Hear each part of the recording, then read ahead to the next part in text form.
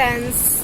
Present tense, tense 3 प्रकार के होते हैं। पहला होता है प्रेजेंट टेंस, दूसरा पास्ट टेंस और तीसरा फ्यूचर टेंस। प्रेजेंट टेंस को वर्तमान काल कहा जाता है, पास्ट टेंस को भूतकाल व फ्यूचर टेंस को भविष्य काल कहा जाता है। यह तीनों टेंस, इनके 4 टाइप्स होते हैं। पहला है indefinite, first indefinite tense, second continuous tense, third perfect tense, fourth perfect continuous tense. जो पहला टेंस होता है प्रेजेंट इंडेफिनिट टेंस,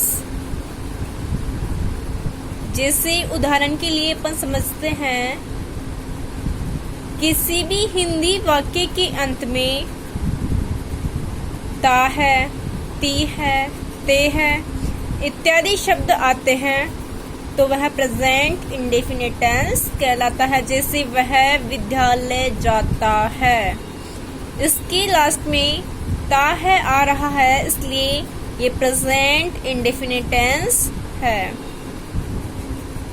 इसके बाद है इस टेंस में इसकी इंग्लिश बनाने के लिए अपन हेल्पिंग वर्ब व मेन वर्ब का यूज करेंगे।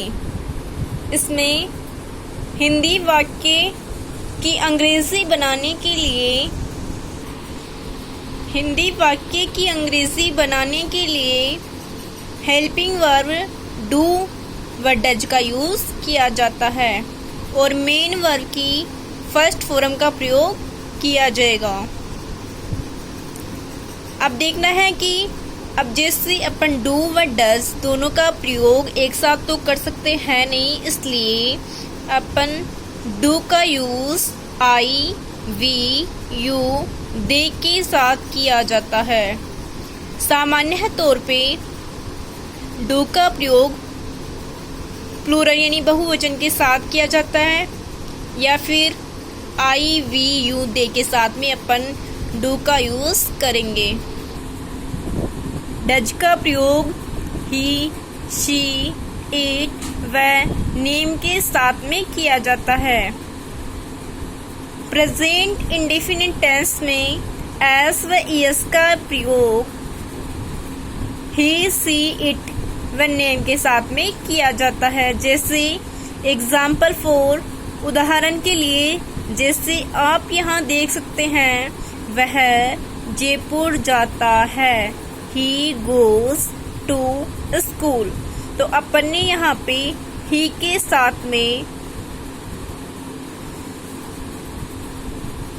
गो फर्स्ट फॉर्म है और इसके साथ में अपन ने एस का प्रयोग किया है, क्योंकि ही के साथ में एस का प्रयोग किया जाता है।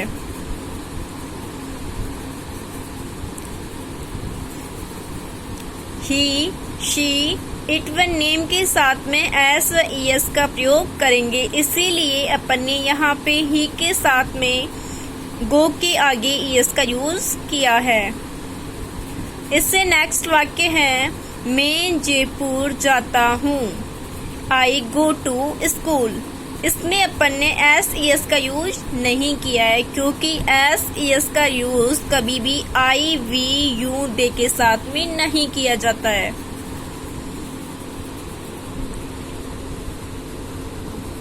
प्रेजेंट इंडेफिनिट टेंस को अपन 4 प्रकार से बना सकते हैं। पहला होता है एफर्मेटिव, जिसको सकारात्मक वाक्य कहा जाता है।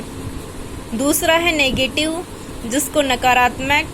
तीसरा इंट्रोगेटिव, जिसको प्रश्नवाचक। और फोर्थ इंट्रोगेटिव नेगेटिव, जिसको अपन प्रश्नवाचक नकारात्मक वाक्य कहेंगे।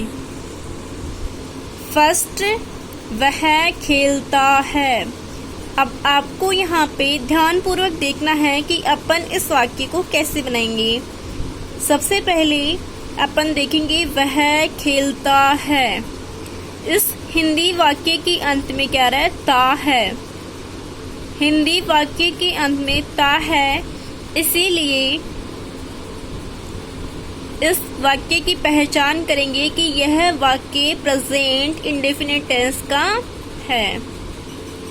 वह खेलता है, इसमें किसी पुल्लिंग के बारे में बात हो रही है कि किसी पुरुष की बात हो रही है कि वह खेलता है, तो वह के लिए अपन ही का प्रयोग करेंगे और खेलने के लिए प्ले का प्रयोग किया जाता है, लेकिन ही सी इट के साथ में एस व एस का प्रयोग करेंगे, इसलिए अपन ने यहाँ पे एस का यूज किया है। ही प्लेस, वह खेलता है।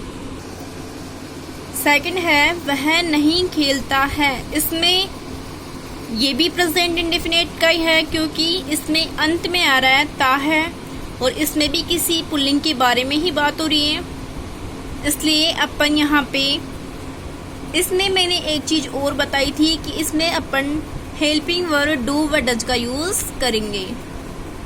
ये एक नेगेटिव वाक्य है, इसीलिए अपन इसमें डू व डज का यूज करेंगे। Do not, does not. यहाँ पे अपन ने इस वाक्य में डज नॉट का यूज किया है क्योंकि इसमें ही के बाद में डज नॉट का यूज करेंगे। ही सी इट व नेम के साथ में डज का यूज किया जाता है। ऐसे ही थर्ड है क्या वह खेलता है, ये अपने को क्वेश्चन पूछ रहा है कि क्या वह खेलता है और इसीलिए अपन इसको इंट्रोगेटिव बोलते हैं। जहाँ पे अगर क्वेश्चन पूछा जा रहा हो वहाँ पे होता है इंट्रोगेटिव, मतलब प्रश्न पूछ रहा है वो, अपन उसका रिप्लाई देंगे। क्या वह खेलता है, तो वह के साथ या फिर ही सी इट के साथ में ही सी इट व नेम के साथ में डज का प्रयोग किया जाता है और यहाँ पे क्या सबसे पहले आ रहा है, इसलिए अपन डज का यूज भी यहाँ पे सबसे पहले करेंगे। जो भी इंट्रोगेटिव वाक्य होते हैं वो हेल्पिंग वर्ब से ही स्टार्ट होते हैं। क्या वह नहीं खेलता है, डज ही नॉट प्ले, मैं एक पत्र लिखता हूँ।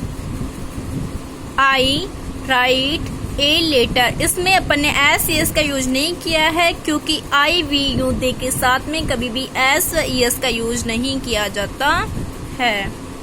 सेकंड है मैं एक पत्र नहीं लिखता हूँ। I do not write a letter, ये नेगेटिव वाक्य है, इसीलिए इसमें अपन ने डू नॉट का यूज किया है।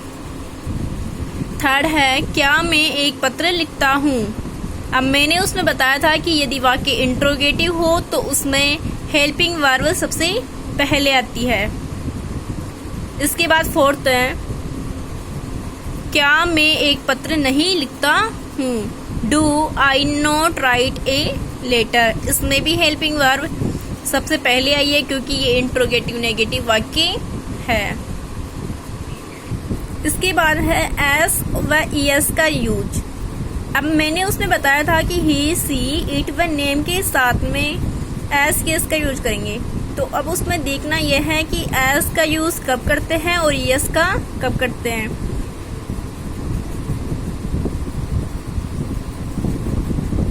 जिनमें लास्ट में O X C H S H S या डबल एस आ रहा हो उनमें ई एस का प्रयोग किया जाता है।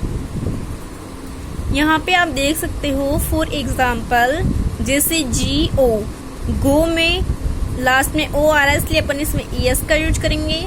वैसे ही और भी मीनिंग्स है जैसे WATCH वॉच, केज, ग्लास, इन सब में भी अपन ई एस का यूज करेंगे। प्लेस, राइट्स, इनमें अपन इन दोनों मीनिंग्स में एस का यूज करेंगे। इसको अपन वापस से रिपीट करते हैं। प्रेजेंट इंडेफिनिट टेंस, हिंदी वाक्यों के अंत में ता है, ती है, ते है, ताहू इत्यादि शब्द आते हैं, तो अपने को यदि कोई भी वाक्य हो तो उसमें देखते ही जान जाना है कि अगर उस हिंदी वाक्य के अंत में ता है, ती है, ते है, ताहू इत्यादि शब्द आ रहे हैं तो वो कौन सा वाक्य है, प्रेजेंट इंडेफिनिट टेंस। अब अगली बात है कि उसकी इंग्लिश बनाना। अपन इंग्लिश बनाने के लिए हेल्पिंग वर्ब डू डज का यूज करेंगे, मेन वर्ब की फर्स्ट फॉर्म का यूज करेंगे। और एक बात हमेशा याद रखनी है कि एस एस का use he she it one name के साथ में ही किया जाता है। डू का use I we you they के साथ में और डज का use he she it one name के साथ में करेंगे।